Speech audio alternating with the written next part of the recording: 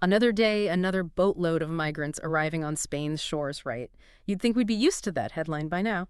But amidst all that, something else caught my eye, and it's a real head-scratcher. It seems like one of Spain's major political parties, ERC, might be on the verge of, well, imploding. Yeah, it's a fascinating situation.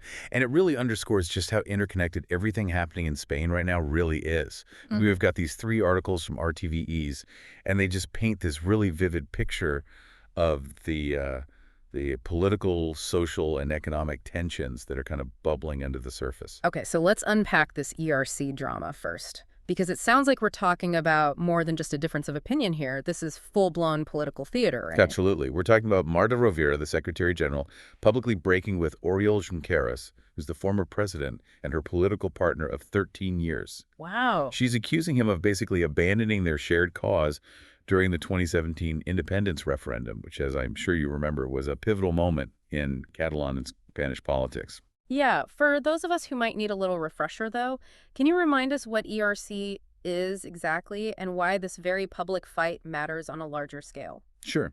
ERC, or Esquerra Republicana de Catalunya, is a left-wing Catalan nationalist party, and they've been a major force in Spanish politics for decades.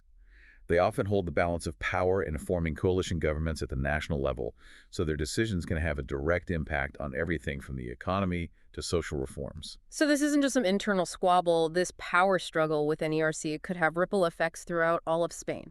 Exactly. And to understand the gravity of Rovira's accusations, we have to remember what was going on back in 2017 during the referendum.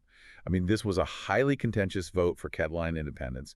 It was deemed illegal by the Spanish government, and it led to a major constitutional crisis. Right, and Rovira is claiming that Junqueras, her longtime comrade, basically left her holding the bag during this whole thing. Exactly. She was on the front lines, dealing with legal challenges and facing political pressure while she felt he was completely absent. And that's what makes this so explosive. This isn't just a disagreement over policy.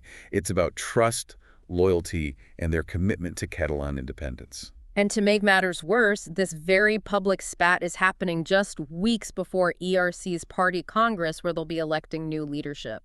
The timing really couldn't be worse. And Junqueras is already putting together his own faction within the party, essentially vying for control. So yeah, it'll be really interesting to see how this all plays out at the Congress. Will they be able to put on a united front, or is this going to cause a total fracture in the party? And what would a split like that mean for ERC's influence on the national stage, especially when it comes to forming coalition governments? That's the million-euro question, isn't it? Because a weakened, fractured ERC could completely reshuffle Spanish politics. I mean, they were instrumental in securing the current ruling coalition, but if they're too busy fighting amongst themselves, well, it could easily destabilize the government and really limit what they can accomplish. It's like a big game of political Jenga. One wrong move and the whole thing collapses. So ERC is in turmoil, their future is uncertain, and the consequences could be felt throughout Spain. But while all this political drama is unfolding, there's another very real and pressing issue we need to talk about: Spain's housing crisis. And this is where we start to see those connections I mentioned earlier. Because this housing crisis isn't just an economic issue, it's deeply intertwined with immigration, social inequality, and, yeah, even political instability. Because if people are struggling to keep a roof over their heads, they're going to be more drawn to populist messages, Yeah. right? It's easy to feel like the system is broken when you can't even afford a place to live. And that can make things really volatile, politically speaking, which makes finding common ground on complex issues like, well, the future of ERC and Catalan independence even harder. Exactly. And it's with that in mind that we need to look at the government's proposed rental assistance program for young people and the pushback it's getting, especially from Sumar. Sumar, right. That's the coalition of left-wing parties that are actually part of the ruling government. So they're saying this program that's supposed to be helping young people afford rent could backfire. Pretty much. They're saying that just giving young people money for rent without doing anything to actually fix the lack of affordable housing is, well, it's like trying to put out a fire with gasoline. Right, just makes it worse in the long run. Exactly. Sure, it might help some people out in the short term, but ultimately it's just going to drive up demand and send those prices even higher, which hurts everyone. Okay, so it's a classic Band-Aid solution. What does Sumar propose instead? Well, they're calling for some pretty big changes, like rent controls to put a cap on how much landlords can charge, a major investment in public housing to create more affordable options, and stricter regulations on short-term rentals like what you see on Airbnb. They're arguing that those short-term rentals are taking away from the long-term housing supply and making the whole problem even worse. Yeah, I can see how that would happen. But those are some pretty big asks, especially given the political climate. If ERC is falling apart, it's hard to see how they'll get the support to push through any of those changes. You got it. And this is where everything starts to get really interesting. The drama with ERC, the housing crisis, the migrant boats, they're all connected. They all stem from these deeper anxieties that Spain's facing right now. Anxieties about society, about the economy, about politics. It's all connected. And speaking of migrant boats, we can't forget about them.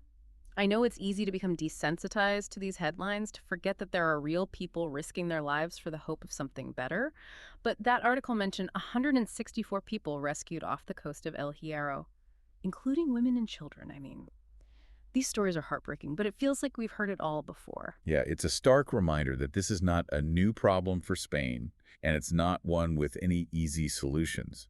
This influx of migrants fleeing conflict, fleeing poverty, it puts a strain on resources, especially in places like the Canary Islands, which are often the first point of arrival. And of course, that includes housing, which, as we've already discussed, is already stretched incredibly thin. It's a vicious cycle. The housing shortage fuels political instability, which makes it even harder to deal with these huge issues like immigration, which just puts more pressure on housing. It's complicated for sure, but if we want any shot at moving forward, we have to understand how it's all connected. That's what I think makes these deep dives so important.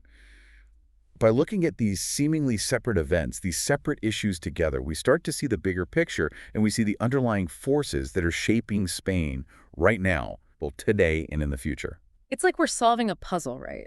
And each piece, whether it's political maneuvering, housing policy, or the very real human stories of these migrants, it all helps us see the full picture. So, taking a step back and looking at this incredibly complicated web we've woven here, what do you think is the most important thing for us to take away from all this? Context, I think that's the biggest takeaway here. We can't look at these issues in isolation. What's happening with ERC internally, this debate over the housing crisis, the ongoing challenges of migration, it's all interconnected. It reminds us that there's rarely a simple solution to a complex problem. And I know it's easy to feel overwhelmed by all of it. Like, how can we as individuals even make a dent in something this big? But even small actions can have a ripple effect, right? Staying informed, talking about these issues with friends and family, supporting organizations that are doing good work on the ground, those things all matter. It's easy to get overwhelmed, right? To feel like these problems are just so big, so complicated that there's nothing we can do about it. But for me, seeing how connected everything is, it actually gives me a little bit of hope. I get that. It's about staying engaged, staying informed, and refusing to shy away from the really tough stuff. And remembering that there are so many different points of view on these issues, and all of them deserve to be heard. So as we wrap up this deep dive into what's happening in Spain right now, I keep coming back to one question. What happens next? Yeah, that's the million-euro question, isn't it? Can ERC pull themselves together and continue to play a meaningful role in Spanish politics? Is the government willing to take some real action on this housing crisis, or is it just going to keep getting worse? And what about immigration? Will Spain, will Europe as a whole, finally find a way to manage this humanely and effectively? So many questions, so few easy answers. But hey, at least we're asking the right questions, right? Absolutely.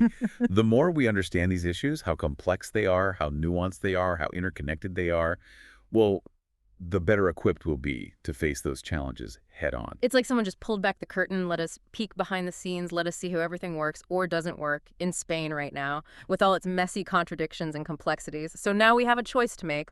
What are we going to do with what we've learned? Exactly. What will you do? How will you take this information and engage with these issues in a way that feels meaningful to you? That's something worth thinking about, isn't it? Food for thought. And on that note, we'll leave you to ponder that. Thanks for joining us for this deep dive. Until next time.